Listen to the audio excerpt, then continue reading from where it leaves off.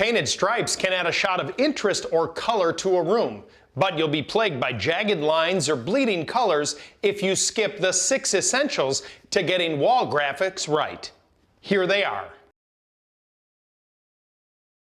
Fill in and sand out surface imperfections. Paint can pool around bumps or seep through cracks and dents. Tape off the ceilings and baseboard and paint 2 coats of the base color over the entire wall for even coverage. Balance the spacing of the stripes for professional results. If you're planning vertical stripes all the way around the room, start with the wall that is the focal point and find the center of that wall. Measure the width of the wall, divide that number by 2, and mark the center point. Plot the stripes out from the center point. For 8-inch wide vertical stripes, measure 4 inches on the left and the right of the center line.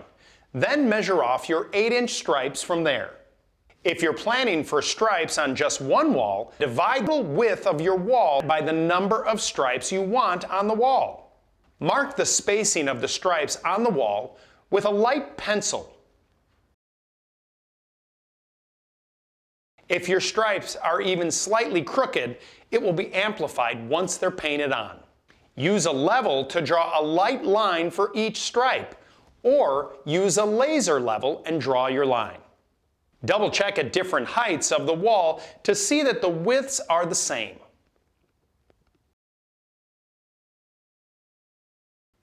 Mask the edges for each stripe with painter's tape. Apply the tape on the outside of the line on both sides. Roll the tape on in long strips, not small pieces. The fewer seams, the less paint will bleed behind the tape.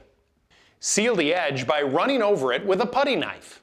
No matter what tape you use, gaps or wrinkles can form when you apply it, and paint will bleed through. Here's an extra step to get extra sharp lines. Paint your base color on the edge of the tape where the second color will be. If it bleeds under the tape, the base color will just blend in. When you apply the second color over it, the extra coat of base color will have already sealed the edge of the tape.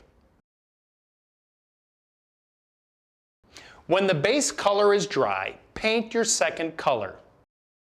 Let the first coat dry and paint a second coat to get true color and coverage.